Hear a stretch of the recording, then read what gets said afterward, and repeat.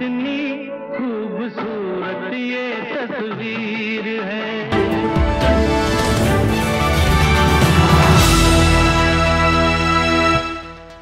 कितनी खूबसूरत ये कश्मीर है। এই গান বাস্তবে কতটা সত্যি তা এখন যে কাশ্মীরে গেছে তারাই জানে। শীতের পরশে কাশ্মীরের আকাশে যেন নেমে এসেছে শুভ্রতার এক অনন্য আবরণ।